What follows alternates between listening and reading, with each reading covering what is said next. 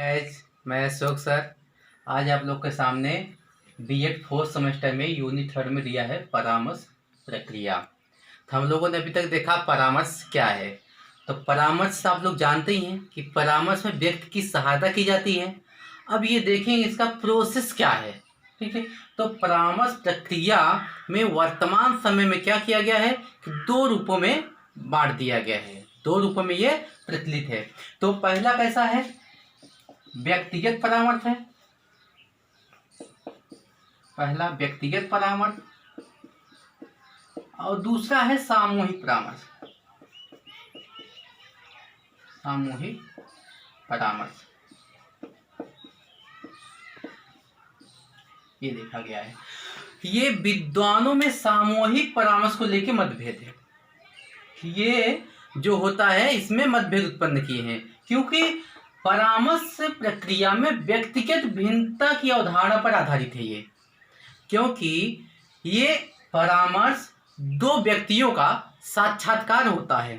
एक परामर्शदाता जो परामर्श दे रहा होता है, दूसरा परामर्शग्राही जो परामर्श ले रहा होता है। जैसे आप लोग जानते ही हैं कि अगर आप डॉक्टर के पास जाएंगे, डॉक्टर परामर्शदाता, तो कोई मरीज गया, अब उससे आप ले रहे हैं तो परामर्शग्राही कुछ आपको बता रहा है, तो 2 ही व्यक्ति हैं जिसमें एक विशेष रूप से सहायता की जाती है। परामर्शग्राही की एक विशेष रूप से सहायता की जाती है। तो हम लोग देखते हैं पहला व्यक्तिगत परामर्श क्या होता है। व्यक्तिगत परामर्श एक प्रभावी परामर्श होता है। ये प्रभावी परामर्श, इसमें परामर्शदाता उपबोध्य की समस्या को भली भांति समझने का प्रयास करता है, क्योंकि ये जो होता है इसमें जब व्यक्तिगत परामर्श कई अवस्थाओं से होकर गुजरता है। जैसे प्रारंभिक अवस्था जो होती है, अब प्रारंभिक अवस्था में क्या करेगा, वो सूचनाओं का संग्रह एकत्रित करेगा, सूचनाएं एकत्रित करेगा। सूचनाएं एकत्रित करना,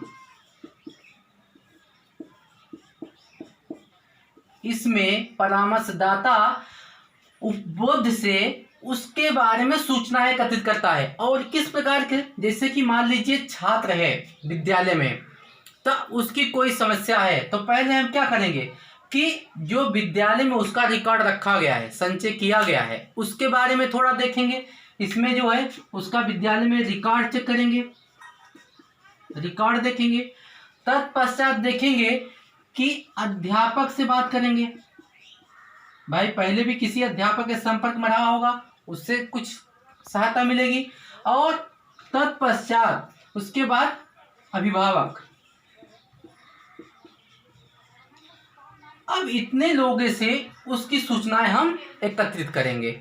उसके बाद क्या होता है कि प्रारंभिक अवस्था में ही संबंध भी घनिष्ठ होने चाहिए। आप जिसे परामर्श दे रहे हैं उसके साथ आपका संबंध भी घनिष्ठ रूप से होना चाहिए, ताकि उसे विश्वास पैदा हो जाए कि आप मेरी मदद करेंगे, उसे भय न रहे।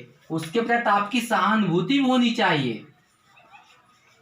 सहानुभूति इसलिए कि आप बंदूक की गोली की तरह उसके ऊपर प्रश्नों की बौछार न करें, ताकि और आराम आराम से उसे प्रश्नों पर पूछें। अगर वो रुक जाता है तो आप उसे आश्वासन दें कि आप घबराएं नहीं, आपकी समस्या का समाधान अवश्य होगा। उसके बाद होता है कि भय। आपको कभी कभी बीच में, परामर्शदाता को चाहिए कि कभी कभी बीच में परामर्श प्रक्रिया के समय पर उसे भय भी देना चाहिए, डराना भी चाहिए कि आप अगर गलत सूचनाएं देंगे तो आपके लिए अहितकर होगा। और एक बात और है, विनोद यानी हास्य। जब 2 व्यक्ति वार्तालाप करते हैं तो समस्या भी गंभीर हो जाती है। तो गंभीर समस्या के समय कभी कभी हास्यपूर्ण भी बातें करनी चाहिए। अब हम देखते हैं कि इसका मध्य भाग जो होता है, मध्य अवस्था। परामर्श प्रक्रिया में जो मध्य अवस्था होती है बहुत महत्वपूर्ण होती है। इसमें क्या होता है, सूचनाएं लगभग एकत्रित कर देता, तब तक सूचनाएं सब एकत्रित हो जाती हैं। और परामर्शदाता को ये भी चाहिए कि आप सूचनाएं जो होते हैं, जो सूचनाएं होती हैं उनको एक ही बार में पूरा ग्रहण करने की कोशिश मत करें या प्राप्त करने की कोशिश ना करें, क्योंकि ऐसा करने पर एक भूल सी हो जाएगी। वो बार दूसरी, जैसा हमने पहले बताया कि अगर प्रश्नों का पिटारा कर देंगे, प्रश्न बार बार पूछेंगे, तो वो पूरा संतोषजनक उत्तर नहीं दे पाएगा, आपकी सूचनाएं भी गलत हो सकती हैं।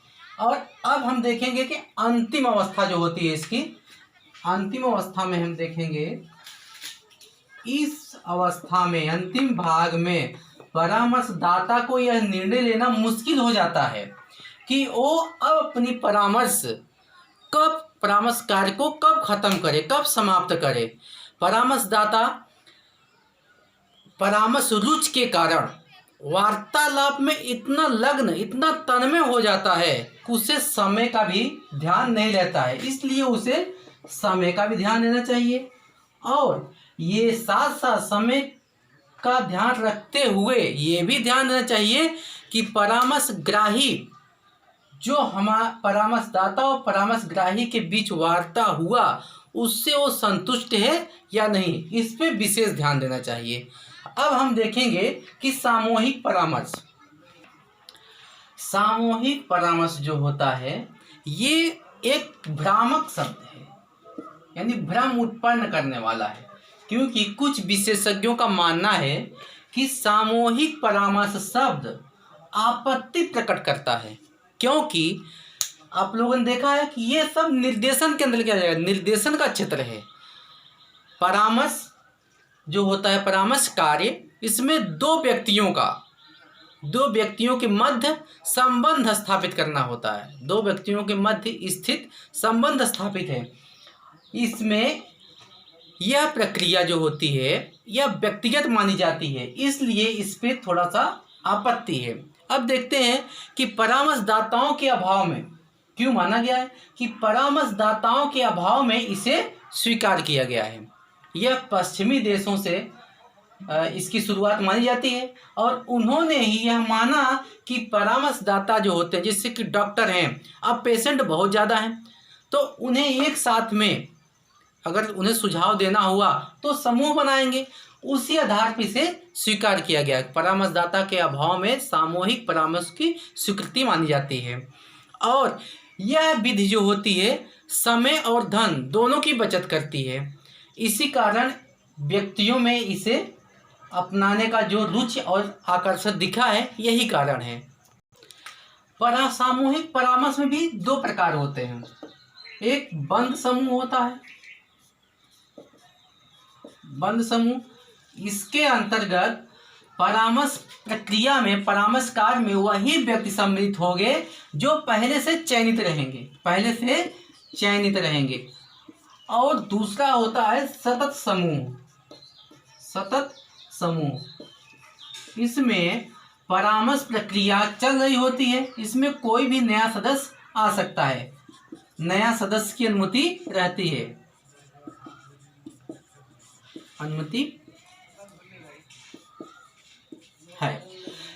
बंद समूह में जैसे कि आप एग्जाम्पल के तौर पर देख सकते हैं कि क्लास में जो नियमित छात्र हैं जो आ रहे हैं वो इसके अंतर्गत आ सकते हैं। अब हम देखेंगे कि परामर्शदाता है, इस परामर्श प्रक्रिया का केंद्र बिंदु होता है, और जो इच्छित दिशा में समूह को निर्देशित करता है। सामूहिक परामर्श का उद्देश्य व्यक्तित्व विकास और समस्या समाधान के विकास में सहायक होती है। यह विधि आत्मसम्मान और भावात्मक सुरक्षा के विकास में भी सहायक मानी जाती है। सबसे महत्वपूर्ण बात यह है कि सामूहिक परामर्श में समूह में समरूपता होनी चाहिए, जिसे जो समूह बना है उसमें समरूपता,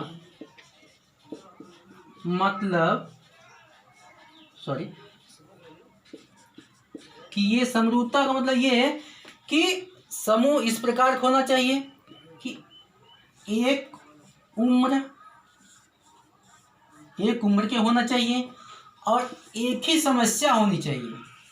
एक ही समस्या, दोनों समान होना चाहिए। एक ही समस्या, एक उम्र और योग्यता भी समान होनी चाहिए। समान योग्यता। अगर मान लीजिए कक्षा में छात्र हैं, कक्षा 10 के छात्र हैं, तो सभी कक्षा 10 के छात्र होने चाहिए और समस्या का जो केंद्र बिंदु है, समस्या का बिंदु है, वो भी एक होना चाहिए। ऐसे ही छात्रों को इसमें सम्मिलित करना चाहिए। और इसके कुछ सुझाव भी दिए गए हैं। विद्वानों ने इसके कुछ सुझाव भी दिए कि सामूहिक परामर्श में कौन कौन से व्यक्ति सम्मिलित होने चाहिए, कौन नहीं होने चाहिए। तो जिनका वास्तविकता से कोई संबंध न हो, वास्तविकता से कोई संबंध न हो, उन्हें समूह में नहीं रखना चाहिए।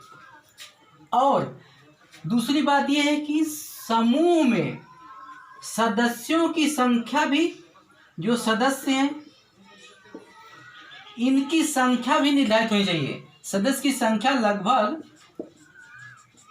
इसमें 20 से अधिक नहीं होनी चाहिए, 20 से अधिक नहीं होनी चाहिए, तभी एक सफल परामर्श, प्रभावी परामर्श होगा।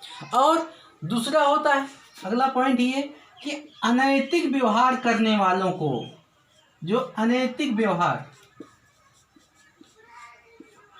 उन्हें समूह में नहीं सम्मिलित करना चाहिए।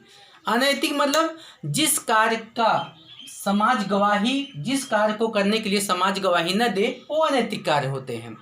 और एक पॉइंट और देख लीजिए कि जो मानसिक रोग से ग्रसित हो, उसे भी सामूहिक परामर्श में सम्मिलित नहीं करना चाहिए। इस प्रकार का दिया गया है। आज के लिए बस इतना ही। धन्यवाद।